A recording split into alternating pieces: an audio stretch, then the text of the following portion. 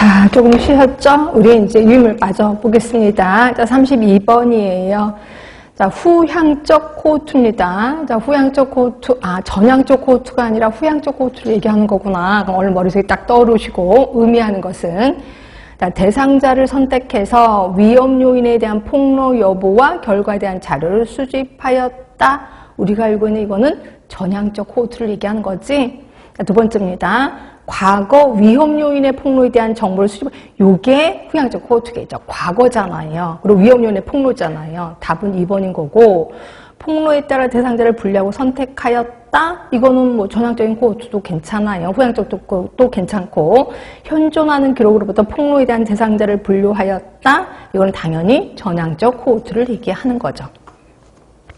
답은 2번이 맞아요. 자, 타당도에 대한 설명.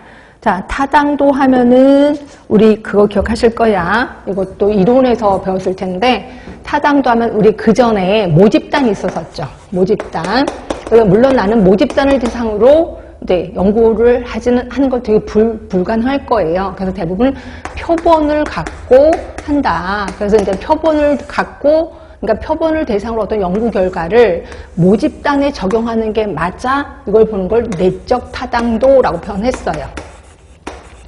그리고 이렇게 표본을 대상으로 한 연구 결과를 모집단이 아니라 그보다 조금 더 큰 표적 집단에게 적용하는 게 맞아? 요거를 우린 외적 타당도라고 표현했고요. 그래서 대부분 내적 타당도를 계산합니다. 그래서 내적 타당도 되게 높게 나오면 이제 욕심이 나는 거지. 그래서 표적 집단인 외적 타당도까지 또 한번 계산을 해봐. 근데 외적 타당도가 되게 높게 나왔어. 그럼 본 연구는 표적 집단에까지도 적용이 가능하다라고 이제 포부를 얘기를 하는 거죠. 근데 대부분은 내적 타당도도 그렇게 높지는 않더라고요. 하여튼 요거.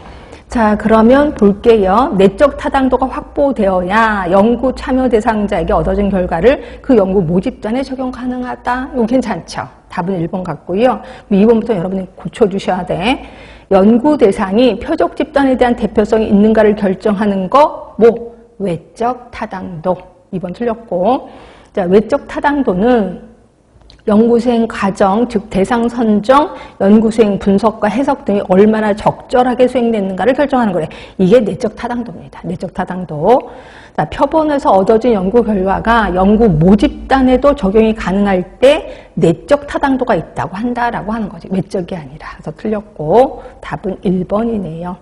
자, 34번이에요. 동력을 구하랍니다. 우리는 그냥 다 해볼까? 감염력?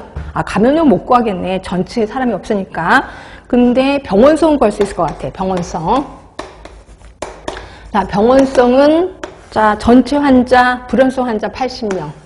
그리고 경증 60, 중증 30, 위중 1명, 사망자 1명. 분해. 그 다음에 60 플러스 30 플러스 9 플러스 1. 이게 병원성. 자, 그러면 동력입니다. 자, 동력은 요게 다시 분모로 내려가죠. 분모로 내려가셔서 10, 100이죠. 100분의 문제는 중증 환자, 중증 환자 들어가냐 이거죠. 그럼 여러분들은 중증 환자 들어가지 않을까요? 30 플러스 9 플러스 1이지 않을까요? 라고 하는데 제가 그랬잖아요. 동력은 중환자실에 갈 정도로 아픈 거예요. 그럼 여기서 중증은 중간 정도 아픈 사람을 얘기하는 거죠. 그러니까 여기서는 위중 환자부터 들어가야 돼. 그래서 9 플러스 1이 들어가야 되는 거죠. 근데 여러분들 중증 환자가 30명?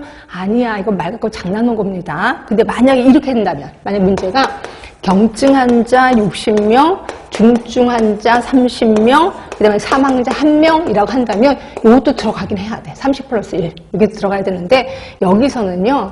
중증이 아니라 분류를 3개로 한 거야. 그래서 위중 환자 9명.